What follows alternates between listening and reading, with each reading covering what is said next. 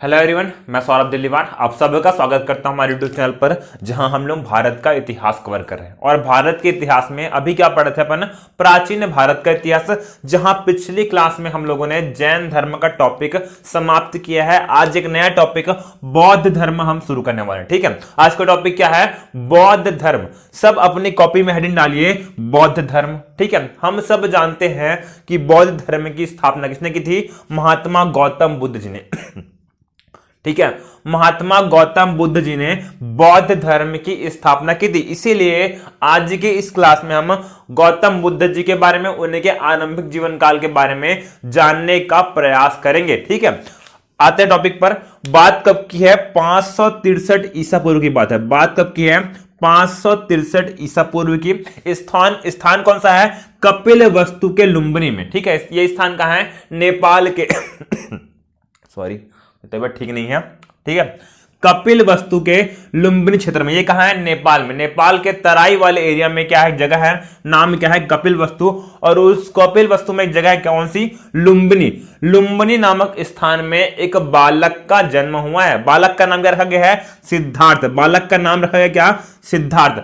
बात कब की है? 563 ईसा पूर्व में, जब कपिल वस्तु के लुम्बिनी में एक बालक का जन्म हुआ है, जिसका नाम क्या रखा गया है? सिद्धार्थ रखा गया है। उनकी माता कौन है? महामाया देवी जी। नाम क्या है? महामाया देवी जी क्या है? उनकी माता जी है। इन्हीं को हम लोग क्या बोलते हैं? महामाया गौतमी जी भी कहते हैं। क्या बोलते हैं? महामाया गौतमी जी भी कहते हैं, जो कौन से वंश की थी?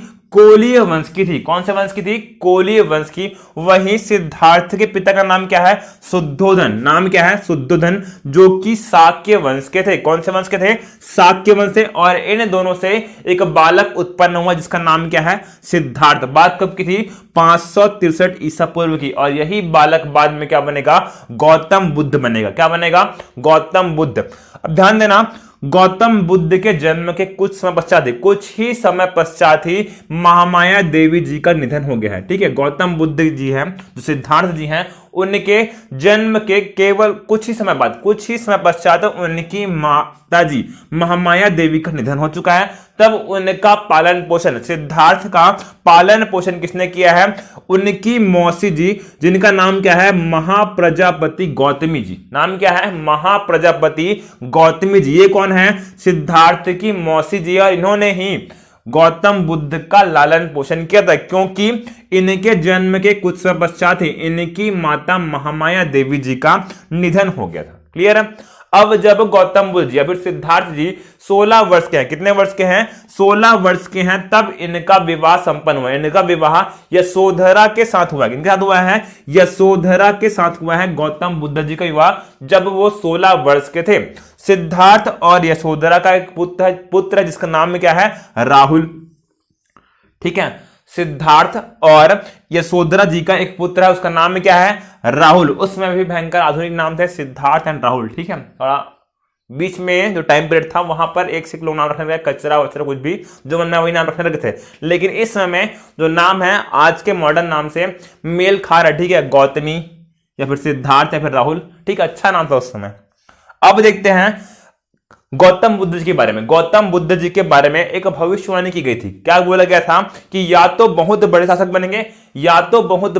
बनेंगे, या एक बहुत ही तपस्वी व्यक्ति बनेंगे। कौन? गौतम बुद्ध जी। ठीक है, इसीलिए विशेष परिस्थितियों में इनका लालन पोषण किया गया है। लेकिन अब बड़े हो गए, अब वो बड़े हो गए हैं और अपना डिसीजन स्वयं लेना चाहते हैं। ठीक है, इसी बीच एक दिन क्या हुआ?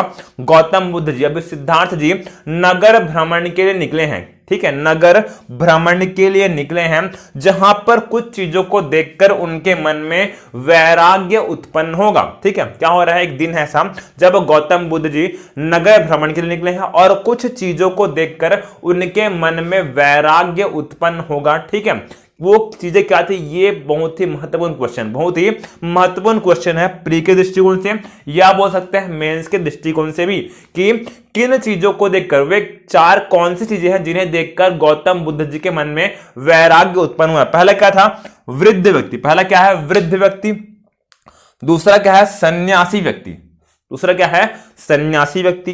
थर्ड है क्या, बीमार व्यक्ति, या फिर कई बार लिखा है रोगी व्यक्ति, दोनों का मतलब सेम होता है, ठीक है, बीमार व्यक्ति या फिर रोगी व्यक्ति। और चौथा है मृत व्यक्ति, जिसे 4 लोग अपने कंधे पर उठाकर ले जा रहे हैं। ये 4 घटनाएं गौतम बुद्ध जी ने देखी हैं और जिसे देखकर उनके मन में क्या उत्पन्न हुआ है, वैराग्य उत्पन्न हुआ है। कौन कौन सी चीजें हैं, वृद्ध व्यक्ति, सन्यासी, बीमार या रोगी व्यक्ति और चौथा है मृत व्यक्ति। इन 4 चीजों को देखकर गौतम बुद्ध जी के मन में वैराग्य उत्पन्न हुआ है, ठीक है। अब वो ज्ञान की तलाश में घर से निकलने वाले हैं। ज्ञान की तलाश में घर से निकलने वाले कौन, गौतम बुद्ध जी। उन्होंने 29 वर्ष की आयु में अपने घर का त्याग किया है, 29 वर्ष की आयु में घर का त्याग किया है। और इस घटना को बोला गया है क्या, महाभिनिष्क्रमण। क्या बोला गया है, महाभिनिष्क्रमण कहा गया है। ये क्वेश्चन बहुत ही महत्वपूर्ण है कि गौतम बुद्ध जी के घर छोड़ने की घटना क्या कहलाती है, महाभिनिष्क्रमण। क्या कहलाती है, महाभिनिष्क्रमण कहलाती है। क्लियर है, ये पॉइंट आपको याद होना चाहिए, ठीक है। महाभिनिष्क्रमण क्या होता है, संबोधि क्या होता है, धर्म चक्र प्रवर्तन क्या होता है, इनसे क्वेश्चन पूछ चुका है, इसीलिए आपको याद रखना ही है, ठीक है। घर से कब गए हैं, 29 वर्ष के आयु में उन्होंने घर का त्याग किया और इस घटना को हम बोलते हैं क्या, महाभिनिष्क्रमण। अब जब घर से निकल गए हैं तब उन्हें एक व्यक्ति मिले हैं। व्यक्ति का नाम क्या है, अलार कलाम। नाम क्या है, अलार कलाम जी मिले हैं, जो सांख्य दर्शन के आचार्य हैं। जो क्या हैं, सांख्य दर्शन के आचार्य हैं। और इन्हें मिले, ख्याति मिले, इस अलार कलाम जी को ख्याति मिले क्या, कि ये गौतम बुद्ध जी के गुरु हैं। यही क्या है, गौतम बुद्ध जी के गुरु हैं। क्वेश्चन पूछ चुका है, गौतम बुद्ध जी के गुरु कौन थे, ये अलार कलाम ही थे, जो कि क्या है, सांख्य दर्शन के आचार्य थे। क्या थे ये, सांख्य दर्शन के आचार्य थे, ठीक है। अब गौतम बुद्ध जी कहां गए, इंडिया में आ गए, इंडिया आ गए हैं। तब वैशाली से होते हुए कहां गए हैं, उरुबेला। कहां गए हैं, वैशाली से होते हुए कहां चले गए हैं, उरुबेला गए हैं, जहां पर उन्हें क्या मिले हैं, 5 सन्यासी गुरु मिले। क्या मिले हैं, 5 सन्यासी गुरु मिले हैं गौतम बुद्ध जी को, ठीक है। और वो अब ज्ञान की तलाश में तपस्या करने में जुट गए, तपस्या करने में जुट गए हैं। जब तक उन्हें ज्ञान की प्राप्ति नहीं होगी तब तक वो तप करते रहेंगे, ठीक है। घर कब छोड़े हैं, 29 वर्ष की आयु में, और उन्होंने अब तप करना स्टार्ट किया है। और 6 वर्ष के पश्चात 35 वर्ष की आयु में, 6 वर्ष के पश्चात 35 वर्ष की आयु में बैसाख पूर्णिमा की रात्रि को, कौन सी रात्रि को, बैसाख पूर्णिमा की रात्रि को गौतम बुद्ध जी को ज्ञान की प्राप्ति हुई है। कब हुई है, 35 वर्ष की आयु में बैसाख पूर्णिमा की रात को गौतम बुद्ध जी को ज्ञान की प्राप्ति हुई। और इस घटना को बोला गया है क्या, संबोधि। क्या बोला गया है, संबोधि कहा गया है। आपको यह पॉइंट भी याद रखना है कि गौतम बुद्ध के ज्ञान प्राप्ति की घटना क्या कहलाती है, संबोधि कहलाती है। ज्ञान उन्हें कहां मिला है, बोध गया में मिला है। कहां मिला है, बोध गया में उन्हें ज्ञान की प्राप्ति हुई है। कौन से वृक्ष के नीचे, बोधि वृक्ष नीचे, बोधि वृक्ष के नीचे उन्हें ज्ञान की प्राप्ति हुई है।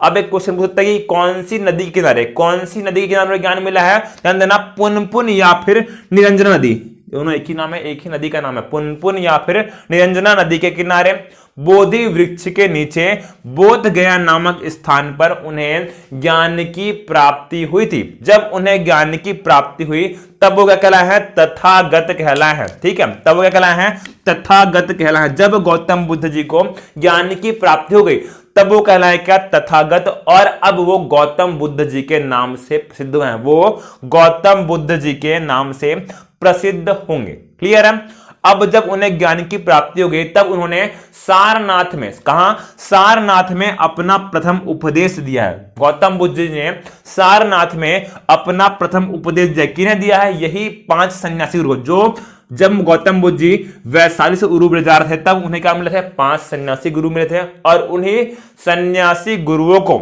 इन्होंने क्या दिया है, अपना प्रथम उपदेश दिया। उन्होंने क्या दिया है, अपना प्रथम उपदेश दिया है। और यही घटना कहलाती है क्या, धर्म चक्र प्रवर्तन। क्या कहलाती है, धर्म चक्र प्रवर्तन कहलाती है, ठीक है। गौतम बुद्ध जी ने जब अपना प्रथम उपदेश दिया तो इस घटना को हम क्या कहते हैं, धर्म चक्र प्रवर्तन कहते हैं। किन्हें दिया है, उन 5 सन्यासी गुरुओं को उन्होंने अपना प्रथम उपदेश दिया था, ठीक है। अब एक क्वेश्चन पूछता है कि गौतम बुद्ध जी के या फिर बौद्ध धर्म के प्रथम अनुयायी कौन थे? तपस्सु व मलिक। तपस्सु व मलिक नाम के व्यक्ति क्या है? गौतम बुद्ध जी के या बौद्ध धर्म के सर्वप्रथम अनुयायी बने। कौन बने हैं? तपस्सु एवं मलिक। ध्यान देना, ये शूद्र वर्ण के हैं। जो तपस्सु और मलिक कैसे हैं? ये शूद्र वर्ण के हैं, मतलब जात पात पर या फिर वर्ण व्यवस्था पर गौतम बुद्ध जी को विश्वास नहीं है। चारों वर्णों को वो शिक्षा के योग्य मानते हैं और इसी कारण सर्वप्रथम उन्होंने तपस्सु एवं मलिक को क्या बनाया है? अपना सर्वप्रथम अनुयायी बनाया था। क्लियर है? अब एक क्वेश्चन पूछता है कि गौतम बुद्ध जी ने सर्वाधिक उपदेश कहां दिए हैं? श्रावस्ती में। कहां दिए हैं? श्रावस्ती, जो कि उत्तर प्रदेश में स्थित है। यहां पर गौतम बुद्ध जी ने अपने सर्वाधिक उपदेश दिए हैं। क्लियर है? अब एक बहुत ही महत्वपूर्ण क्वेश्चन, गौतम बुद्ध जी के प्रिय शिष्य कौन थे? आनंद एवं उपाली। कौन है? आनंद एवं उपाली जी क्या हैं? गौतम बुद्ध जी के प्रिय शिष्य थे। और इसी आनंद जी के कहने पर गौतम बुद्ध जी ने बौद्ध संघ में महिलाओं के प्रवेश को अनुमति दी है। ठीक है, इससे पहले क्या हो रहा है कि बौद्ध संघ में महिलाओं के प्रवेश को अनुमति नहीं थी, लेकिन गौतम बुद्ध जी के प्रिय शिष्य आनंद, ठीक है, शिष्य का नाम क्या है? आनंद। इनके कहने पर ही गौतम बुद्ध जी ने महिलाओं को संघ में शामिल करने की बात मान लिया है। ठीक है, जब यह बात मान ली गई है तब पूछा जाएगा क्वेश्चन कि सर्वप्रथम महिला अनुयायी या फिर सर्वप्रथम महिला भिक्षुनी जो बौद्ध संघ में शामिल हुई कौन है? वह गौतम बुद्ध जी की मौसी जी, जिन्होंने उनका लालन पोषण किया था। कौन है? महाप्रजापति गौतमी जी। यही कौन थी? गौतम बुद्ध जी की मौसी जी थी और इन्होंने ही गौतम बुद्ध जी का लालन पोषण किया था और यही क्या बनी है? बौद्ध संघ की प्रथम भिक्षुनी बनी। कौन बनी है? महाप्रजापति गौतमी जी। क्लियर है? देखते हैं कुछ और फैक्ट बौद्ध धर्म के बारे में।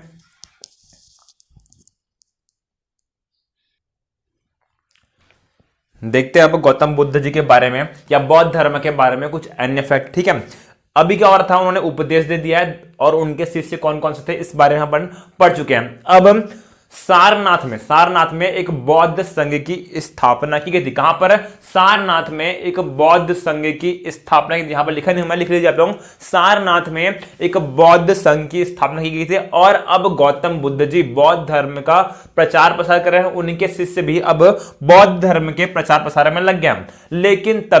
लेकिन तभी एक घटना घटेगी। ठीक है, अभी गौतम बुद्ध जी कहां है? पावापुरी में। कहां है? पावापुरी नामक स्थान में पहुंचे। कौन? गौतम बुद्ध जी यहां पर अपने शिष्य चुंद के यहां पर रुके हैं। किनके यहां रुके हैं? अपने शिष्य चुंद के यहां पर रुके हैं और उन्होंने यहां पर सूकर माधव द्रव्य का सेवन किया है। द्रव्य, ठीक है, सूकर माधव द्रव्य का सेवन किया है। इसका मतलब क्या होता है? कुकुर मुत्ता होता है जो बोलता है ना, फुटू, ठीक है, उसका सेवन किया है और उसका सेवन करके गौतम बुद्ध जी बीमार पड़ गए। ठीक है, वो बीमार पड़ गए। गौतम बुद्ध जी सूकर माधव द्रव्य का सेवन करके बीमार पड़ गए हैं और अब उन्हें एक रोग है। ठीक है, और इसी बीमार अवस्था में ही उन्होंने क्या दिया है? अपना अंतिम उपदेश दिया है। किसको दिया है? कुशीनगर के परिव्राजक सुभद्र जी को उन्होंने अपना अंतिम उपदेश दिया है। गौतम बुद्ध जी, क्वेश्चन पूछेगा, गौतम बुद्ध जी ने अपना अंतिम उपदेश किन्हें दिया है? कुशीनगर के परिव्राजक, नाम क्या है? सुभद्र जी को अपना अंतिम उपदेश दिया। अब वो बीमार पड़ गए हैं। ठीक है, गौतम बुद्ध जी अब बीमार पड़ गए हैं और अब उनकी मृत्यु होने वाली है और उनकी मृत्यु से भी क्वेश्चन आता है। ठीक है, जन्म कहां पर हुआ? उपदेश कहां पर, मतलब उपदेश कहां पर दिया या फिर ज्ञान की प्राप्ति कहां पर हुई? इन सब से क्वेश्चन पूछेगा। ठीक है, 80 वर्ष के उम्र, जब गौतम बुद्ध जी 80 वर्ष के हो गए हैं तब 483 ईसा पूर्व में, कब? 483 ईसा पूर्व में हिरण्यवती नदी के तट पर, कौन सी नदी? हिरण्यवती नदी के तट पर कुशीनगर नामक स्थान में क्या हो गई है? गौतम बुद्ध जी की मृत्यु हो गई है। ठीक है, वो सूकर माधव द्रव्य खाने से बीमार पड़ गए हैं और उनकी मृत्यु हो जाएगी कब? 80 वर्ष की आयु में। और इस घटना को बोला गया है क्या? महापरिनिर्वाण। क्या बोला गया है? महापरिनिर्वाण बोला गया है। ठीक है, क्वेश्चन पूछेगा गृह त्याग की घटना कहलाई है महाभिनिष्क्रमण। क्या कहलाई है? गृह त्याग की घटना महाभिनिष्क्रमण कहलाई है। जब उन्होंने प्रथम उपदेश दिया, क्या कहलाया? धर्म चक्र प्रवर्तन। जब ज्ञान की प्राप्ति हुई, क्या कहलाई? संबोधि। और जब उनकी मृत्यु हुई है तब यह घटना कहलाई है क्या? महापरिनिर्वाण। ये सब आपको याद करना है, ठीक है। ये पॉइंट अपन पढ़ चुके हैं क्या कि मृत्यु होने से पूर्व उन्होंने सुबद्ध को अपना अंतिम उपदेश दिया था। अब जब गौतम बुद्ध जी की मृत्यु हो गई, ठीक है, बौद्ध धर्म के सबसे प्रधान पुरुष की मृत्यु हो गई है, तब गौतम बुद्ध जी के अवशेषों को, ठीक है, 8 स्थानों पर दफनाया गया है। 8 स्थानों पर दफनाया गया है और उन स्थानों पर स्तूप की रचना की गई है। अब स्तूप बनवाया गया, उन स्थानों पर स्तूप बनवाया गया है। फिर से रिपीट करो मैं, जब गौतम बुद्ध जी की मृत्यु हो गई है तब उनके अवशेषों को 8 स्थानों पर दफनाया गया है और उनके इस पर स्तूप का निर्माण कराया गया है। वो कौन कौन सी जगह है जहां पर इन स्तूपों का निर्माण हुआ है, इससे भी क्वेश्चन पूछ सकता है, ठीक है। और मेष में तो आपको लिखना ही है कौन कौन स्थान है। कपिल वस्तु, जन्म कहां हुआ था? कपिल वस्तु में हुआ था, वहां पर बना दिए, ठीक है। कुशीनगर में मृत्यु हुई है। वैशाली, मगध, अलकप, रामग्राम, पावा और वेथा द्वीप, यहां पर गौतम बुद्ध जी के अवशेषों को दफनाया गया है और उनके ऊपर क्या बनाया गया है? स्तूप बनाया गया है। आपको इन 8 के नाम याद करने हैं। कौन कौन से हैं? कपिल वस्तु है, कुशीनगर है, वैशाली, मगध, अलकप, रामग्राम, पावा और वेथा द्वीप, यहां पर गौतम बुद्ध जी के अवशेषों को दफनाया गया था और वहां पर स्तूप बनवाया गया था।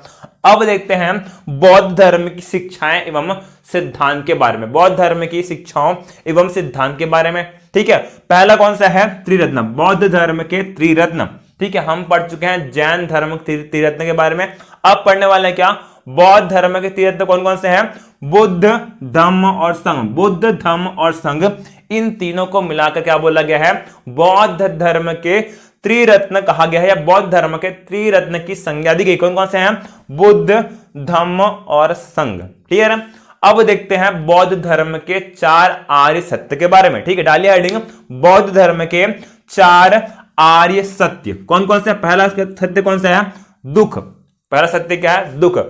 गौतम बुद्ध जी के अनुसार संसार के सभी कष्टों का मूल क्या है? दुख है। संसार के सभी कष्टों का मूल क्या है? दुख है। यही क्या है? पहला आर्य सत्य बोला गया। संसार के सभी कष्टों का जो मूल है, जो बेसिक है, क्या है? दुख है। दूसरा सत्य क्या है? दुख समुदाय। दूसरा सत्य क्या है? दुख समुदाय है। गौतम बुद्ध जी के अनुसार संसार कैसा है? दुखमय है। संसार कैसा है? दुखमय है। मतलब जो लोग हैं कभी भी खुश नहीं हो सकते हैं, ठीक है। कभी न कभी उनके अंदर तृष्णा है, लालसा है, इसी कारण वो कभी भी खुश नहीं रह सकते। संसार कैसा है? दुखमय है। अब तीसरा आर्य सत्य क्या है? दुख निरोध, ठीक है। क्या बोल रहे हैं? दुख निरोध, मतलब दुखों को दूर किया सकता है, दुखों को दूर किया जा सकता है। और इसका निवारण क्या है? तृष्णा की समाप्ति।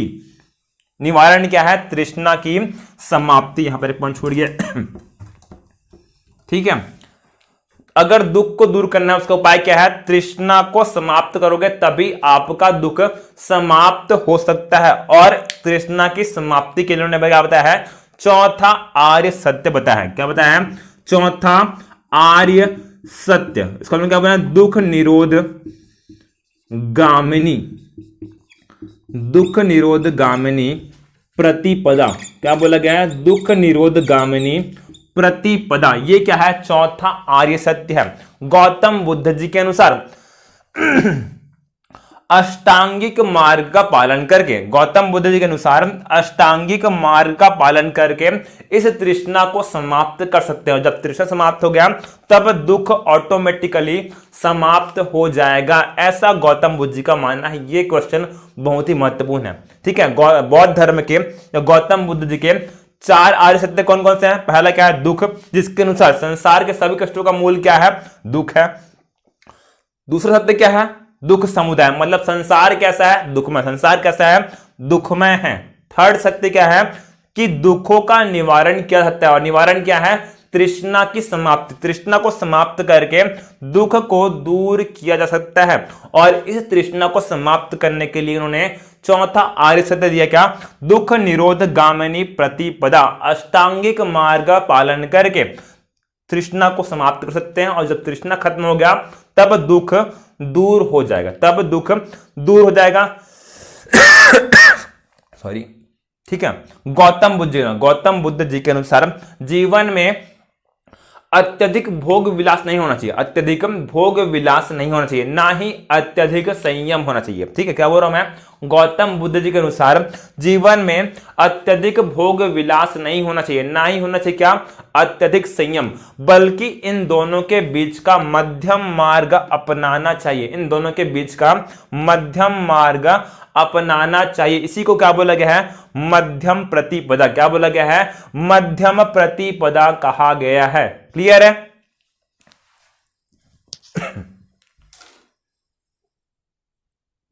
ठीक है, बाकी जो अन्य शिक्षाएं सिद्धांत हैं उसको हम लोग कल कवर करेंगे। ठीक है, थैंक यू क्लास।